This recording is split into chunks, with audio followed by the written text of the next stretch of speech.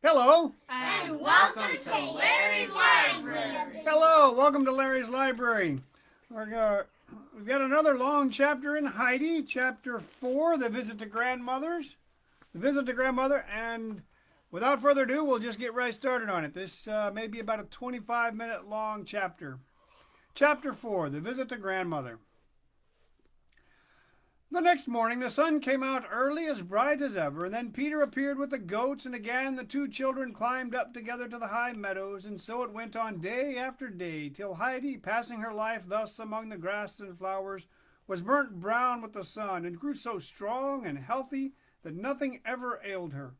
She was happy, too, and lived from day to day as free and light-hearted as the little birds that make their home among the green forest trees. Then the autumn came, and the wind blew louder and stronger, and the grandfather would say sometimes, "Today you must stay home, Heidi. A sudden gust of the wind would blow a little thing like you over the rocks into the valley below in a moment." Whenever Peter heard that he must go alone, he looked very unhappy, for he saw nothing but mishaps of all kinds ahead, and he did not know how he should bear the long, dull day without Heidi. Then, too, there was the good meal he would miss, and besides that, the goats on these days were so naughty and obstinate that he had twice the usual trouble with them, for they had grown so accustomed to Heidi's presence that they would run in every direction and refuse to go on unless she was with them. Heidi was never unhappy, for wherever she was, she found something of interest to amuse her.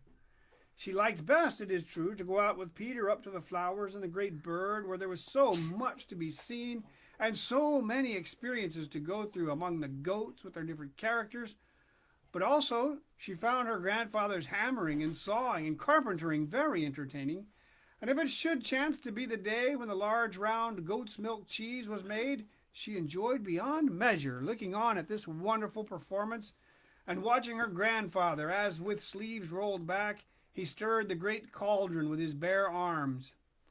The thing which attracted her most, however, was the waving and roaring of the three old fir trees on these windy days. She would run away repeatedly from whatever she might be doing to listen to them, for nothing seemed so strange and wonderful to her as the deep, mysterious sounds in the tops of the trees. She would stand underneath them and look up, unable to tear herself away, looking and listening while they bowed and swayed and roared as the mighty wind rushed through them. There was no longer now the warm, bright sun that had shone all through the summer, so Heidi went to the cupboard and got out her shoes and stockings and dress, for it was growing colder every day, and when Heidi stood under the fir trees, the wind blew through her as if she was a thin little leaf. But still she felt she could not stay indoors when she heard the branches waving outside. Then it grew very cold, and Peter would come up early in the morning, blowing on his fingers to keep them warm. But he soon left off coming, for one night there was a heavy fall of snow, and the next morning the whole mountain was covered with it, and not a single green leaf was to be seen anywhere upon it. There was no Peter that day, and Heidi stood at the little window looking out in wonderment, for the snow was beginning again, and the thick flakes kept falling till the snow was up to the window, and still they continued to fall, and the snow grew higher, so that at last the window could not be opened, and she and her grandfather were shut up fast within the hut. Heidi thought this was great fun, and ran from one window to the other to see what would happen next, and whether the snow was going to cover up the whole hut, so that they would have to light a lamp, although it was broad daylight. But things did not get as bad as that, and the next day, the snow having ceased, the grandfather went out and shoveled away the snow round the house, and threw it into such great heaps that they looked like mountains standing at intervals on either side of the hut. And now the windows and door could be open, and it was well lit, and well it was too. For as Heidi and her grandfather were sitting one afternoon on their three-legged stools before the fire, there came a great thump at the door, followed by several others, and then the door opened. It was Peter who had made all the noise, knocking the snow off his shoes. He was still white all over with it, for he had had to fight his way through deep snowdrifts, and large lumps of snow that had frozen upon him still clung to his clothes. He had been determined, however, not to be beaten, and to climb up to the hut, for it was a week now since he had seen Heidi.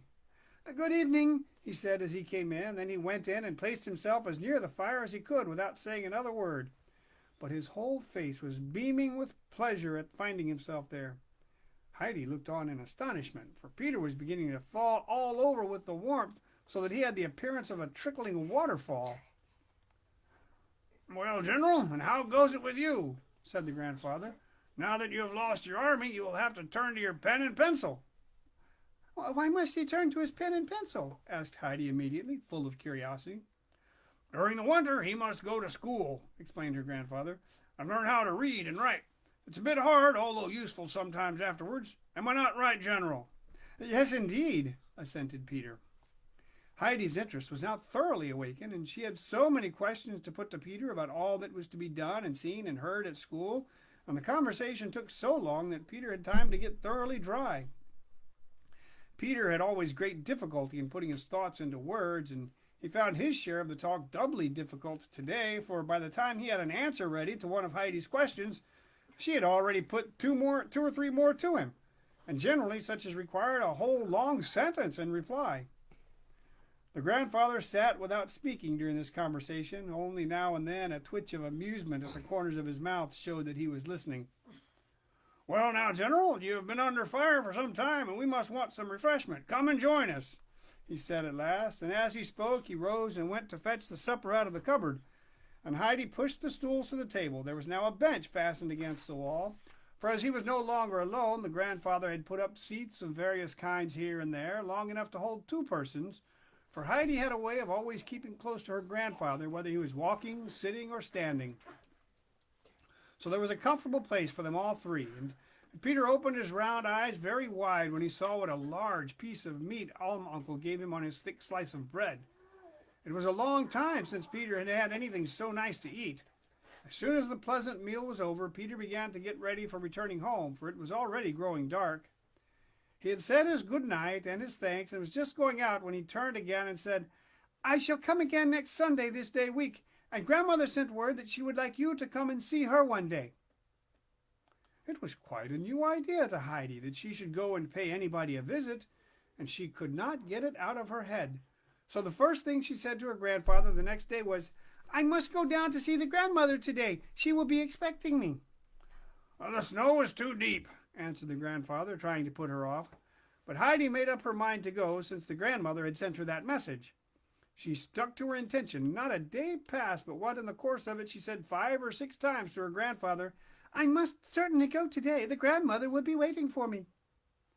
On the 4th day, when with every step one took the ground cracked with frost and the whole vast field of snow was hard as ice, Heidi was sitting on her high stool at dinner with the bright sun shining in upon her through the window, and again repeated her little speech.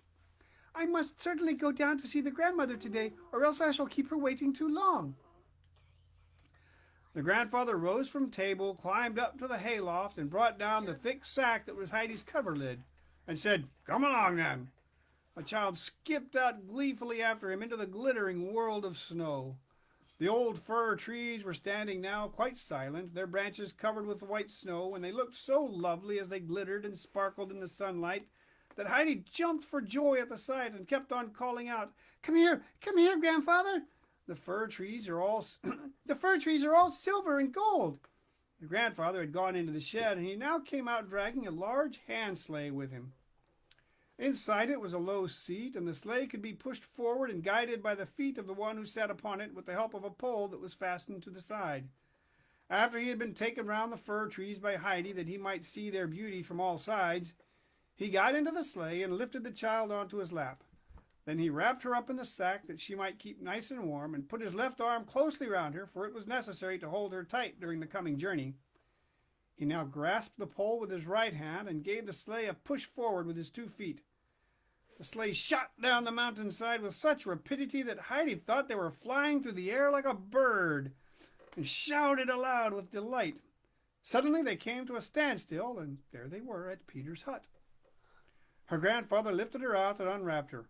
"There you are. Now go in, and when it begins to grow dark, you must start on your way home again." Then he left her and went up the mountain, pulling his sleigh after him. Heidi opened the door of the hut and stepped into a tiny room that looked very dark, with a fireplace and a few dishes on a wooden shelf. This was the little kitchen. She opened another door and now found herself in another small room, for the place was not a herdsman's hut like her grandfather's, with one large room on the ground floor and a hayloft above, but a very old cottage where everything was narrow and poor and shabby. A table was close to the door, and as Heidi stepped in, she saw a woman sitting at it, putting a patch on a waistcoat, which Heidi recognized at once as Peter's. In the corner sat an old woman, bent with age, spinning. Heidi was quite sure this was the grandmother, so she went up to the spinning wheel and said, "Good day, grandmother. I have come at last. Did you think I was a long time coming?" The woman raised her head and felt for the hand that the child held out to her, and when she found it, she passed her own over it thoughtfully for a few seconds and then said, "Are you the child who lives up with Alm, uncle? Are you Heidi?" "Yes, yes," answered Heidi. "I have just come down in the sleigh with grandfather." "Is it possible? Why, your hands are quite warm. Brigitte, did Alm uncle come himself with the child?" Peter's mother had left her work and risen from the table and now stood looking at Heidi with curiosity, scanning her from head to foot. "I do not know, mother, whether uncle came himself. It is hardly likely. The child probably makes a mistake." But Heidi looked steadily at the woman, not at all as if in any uncertainty, and said, "I know quite well who wrapped me in my bed cover and brought me down in the sleigh. It was grandfather." There was some truth then, perhaps, in what Peter used to tell us of Alm uncle during the summer. There was some truth then, perhaps, in what Peter used to tell us of Alm uncle during the summer, when we thought he must be wrong," said grandmother. "But who would ever have believed that such a thing was possible? I did not think the child would live 3 weeks up there. What is she like, Brigitte?" The latter had so thoroughly examined Heidi on all sides that she was able to describe her to her mother. "She has Adelaide's slenderness of figure, but her eyes are dark and her hair curly like her father's and the old man's up there. She takes after both of them, I think." Heidi, meanwhile, had not been idle. She had made the round of the room and looked carefully at everything there was to be seen. All of a sudden she exclaimed, "Grandmother, one of your shutters is flapping backwards and forwards. Grandfather would put a nail in and make it right in a minute, or else it will break one of the panes some day. Look how it keeps on banging." "Ah, dear child," said the old woman, "I am not able to see it, but I can hear that and many other things besides the shutter. Everything about the place rattles and creaks when the wind is blowing, and it gets inside through all the cracks and holes. The house is going to pieces, and in the night, when the 2 others are asleep, I often lie awake in fear and trembling, thinking that the whole place will give way and fall and kill us. And there is not a creature to mend anything for us, for Peter does not understand such work." "But why cannot you see, grandmother, that the shutter is, look, there it goes again. See, that one there." And Heidi pointed to the particular shutter. "Alas, child, it not only that I cannot see, I can see nothing, said the grandmother in a voice of lamentation. But if I were to go outside and put back the shutter so that you had more light, then you could see, grandmother." No, not even then. No one can make it light for me again." But if you were to go outside among all the white snow, then surely you would find it light. Just come with me, grandmother, and I will show you." Heidi took hold of the old woman's hand to lead her along, for she was beginning to feel quite distressed at the thought of her being without light. "Let me be, dear child. It is always dark for me now. Whether in snow or sun, no light can penetrate my eyes." "But surely it does in summer, grandmother," said Heidi, more and more anxious to find some way out of the trouble. "When the hot sun is shining down again, and he says good night to the mountains, and they all turn on fire, and the yellow flowers shine like gold, then you will see. It will be bright and beautiful for you again." "Ah, child, I shall see the mountains on fire or the yellow flowers no more. It will never be light for me again on earth, never." At these words Heidi broke into loud crying. In her distress, she kept on sobbing out, "Who can make it light for you again? Can no one do it? Isn't there anyone who can do it?" The grandmother now tried to comfort the child, but it was not easy to quiet her. Heidi did not often weep, but when she did, she could not get over her trouble for a long while. The grandmother had tried all means in her power to allay the child's grief, for it went to her heart to hear her sobbing so bitterly. At last she said, "Come here, dear Heidi, come and let me tell you something. You cannot think how glad one is to hear a kind word when one can no longer see. And it is such a pleasure to me to listen to you while you talk. So come and sit beside me and tell me something. Tell me what you do up there and how grandfather occupies himself. I knew him very well in old days. but for many years now I have heard nothing of him except through Peter, who never says much." This was a new and happy idea to Heidi. She quickly dried her tears and said in a comforting voice, "Wait, grandmother, till I have told grandfather everything. He will make it light for you again, I am sure, and will do something so that the house will not fall. He will put everything right for you." The grandmother was silent, and Heidi now began to give her a lively description of her life with the grandfather and of the days she spent on the mountain with the goats, and then went on to tell her of what she did now during the winter, and how her grandfather was able to make all sorts of things, seats and stools and mangers where the hay was put for Little Swan and Little Bear, besides a new large water tub for her to bathe in when the summer came, and a new milk bowl and spoon, and Heidi grew more and more animated as she enumerated all the beautiful things which were made so magically out of pieces of wood. She then told the grandmother how she stood by him and watched all he did, and how she hoped someday to be able to make the same herself. The grandmother listened with the greatest attention, only from time to time addressing her daughter. "Do you hear that, Brigitte? Do you hear what she is saying about Uncle?" The conversation was all at once interrupted by a heavy thump on the door, and in marched Peter, who stood stock still, opening his eyes with astonishment when he caught sight of Heidi. Then his face beamed with smiles as she called out, "Good evening, Peter." "What, is the boy back from school already?" exclaimed the grandmother in surprise. "I have not known an afternoon pass so quickly as this one for years. How was the reading getting on, Peter?" "Just the same," was Peter's answer. The old woman gave a little sigh. "Ah, well," she said, "I hoped you would have something different to tell me by this time, as you are going to be 12 years old this February."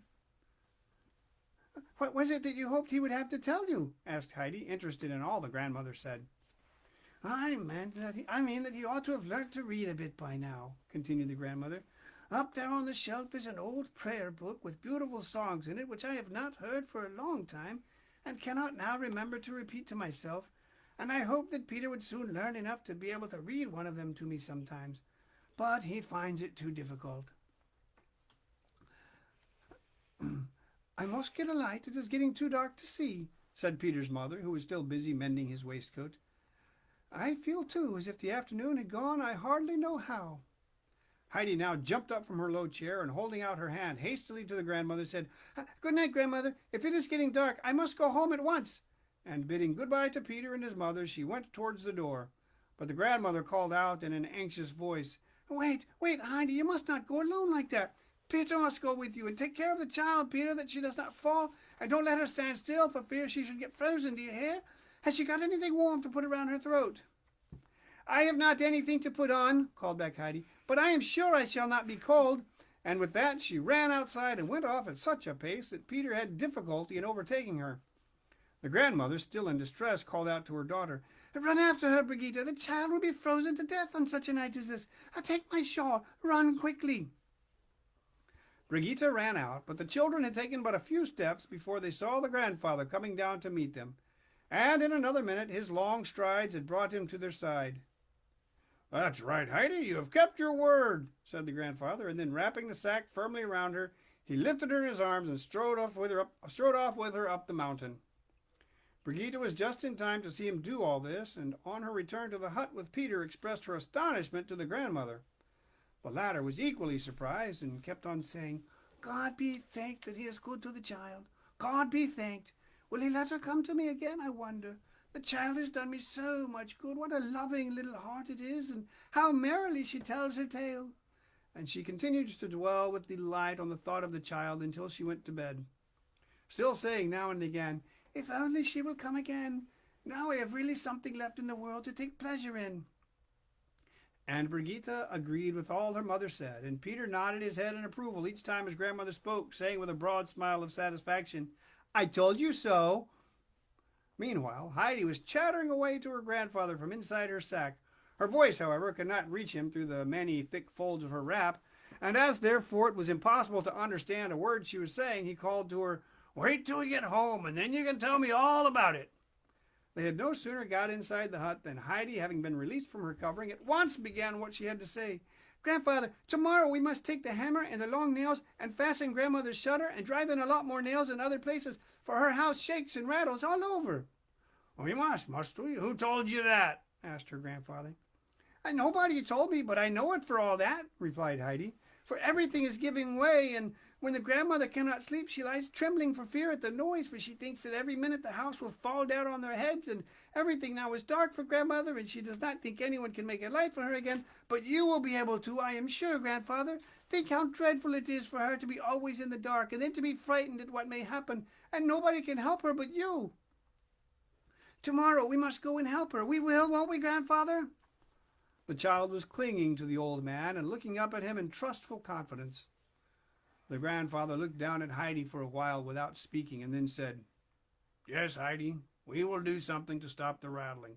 At least we can do that. We will go down about it tomorrow." The child went skipping round the room for joy, crying out, "We shall go tomorrow, we shall go tomorrow." The grandfather kept his promise. On the following afternoon he brought the sleigh out again, and as on the previous day, he set Heidi down at the door of the grandmother's hut and said, "Go in now, and when it grows dark, come out again." Then he put the sack in the sleigh and went round the house. Heidi had hardly opened the door and sprung into the room when the grandmother called out from her corner, "It's the child again! Here she comes!" And in her delight she let the thread drop from her fingers, and the wheel stood still as she stretched out both her hands in welcome.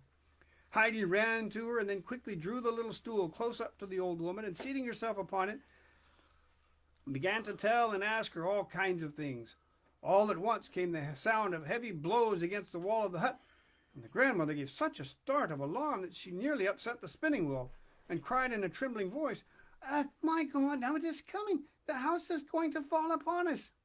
But Heidi caught her by the arm and said soothingly, "No, no, grandmother, do not be frightened. It is only grandfather with his hammer. He is mending up everything so that you shan't have much fear and trouble." "Is it possible? Is it really possible? So the dear God has not forgotten us!" exclaimed the grandmother. "Do you hear, Brigitte, what that noise is? Did you hear what the child says? And now as I listen, I can tell it is a hammer. Go outside, Brigitte, and if it is Uncle, tell him he must come inside a moment that I may thank him." Brigitte went outside and found Uncle in the act of fastening some heavy pieces of new wood along the wall. She stepped up to him and said, "Good evening, Uncle. Mother and I have to thank you for doing us such a kind service, and she would like to tell you herself how grateful she is. I do not know who else would have done it for us. We shall not forget your kindness, for I am sure—" "That will do," said the old man, interrupting her. "I know what you think of Uncle without your telling me. Go indoors again. I can find out for myself where the mending is wanted." Brigitte obeyed on the spot, for Uncle had a way with him that made few people care to oppose his will. He went on knocking with his hammer all round the house, and then mounted the narrow steps to the roof and hammered away there until he had used up all the nails he had brought with him. Meanwhile it had been growing dark, and he had hardly come down from the roof and dragged the sleigh out from behind the goat shed when Heidi appeared outside. The grandfather wrapped her up and took her in his arms as he had done the day before, for although he had to drag the sleigh up the mountain after him, he feared that if the child sat in it alone, her wrappings would fall off and that she would be nearly, if not quite, frozen. So he carried her warm and safe in his arms. So the winter went by. After many years of joyless life, the blind grandmother had at last found something to make her happy. Her days were no longer passed in weariness and darkness, one like the other, without pleasure or change. For now she had always something to which she could look forward. She listened for the little tripping footstep as soon as day had come, and when she heard the door open and knew the child was really there, she would call out, "God be thanked, she has come again!" And Heidi would sit by her and talk and tell her everything she knew in so lively a manner that the grandmother never noticed how the time went by, and never now, as formerly, asked Brigitte, "Isn't the day done yet?" But as the child shut the door behind her on leaving, would exclaim, "How short the afternoon has seemed!" "Don't you think so, Brigitte?" And this one would answer, "I do indeed. It seems as if I had only just cleared away the midday meal." And the grandmother would continue, "Pray God the child is not taken from me, and that Uncle continues to let her come. Does she look well and strong, Brigitte?" And the latter would answer, "She looks as bright and rosy as an apple." And Heidi had also grown very fond of the old grandmother, and when at last she knew for certain that no one could make it light for her again, she was overcome with sorrow. But the grandmother told her again that she felt the darkness much less when Heidi was with her. And so every fine winter's day the child came traveling down in her sleigh, The grandfather always took her, never raising any objection. Indeed, he always carried the hammer and sundry other things down in the sleigh with him, and many an afternoon was spent by him in making the goatherd's cottage sound and tight. It no longer groaned and rattled the whole night through, and the grandmother, who for many winters had not been able to sleep in peace as she did now, said she should never forget what the uncle had done for her. And that's the end of chapter 4. Tomorrow, chapter 5, 2 visits and what came of them. Finally. This has been Larry's Library. Oh, Have a great evening. Puppet show. Bye. Bye. I really like that chapter. My favorite chapter so far. Bye.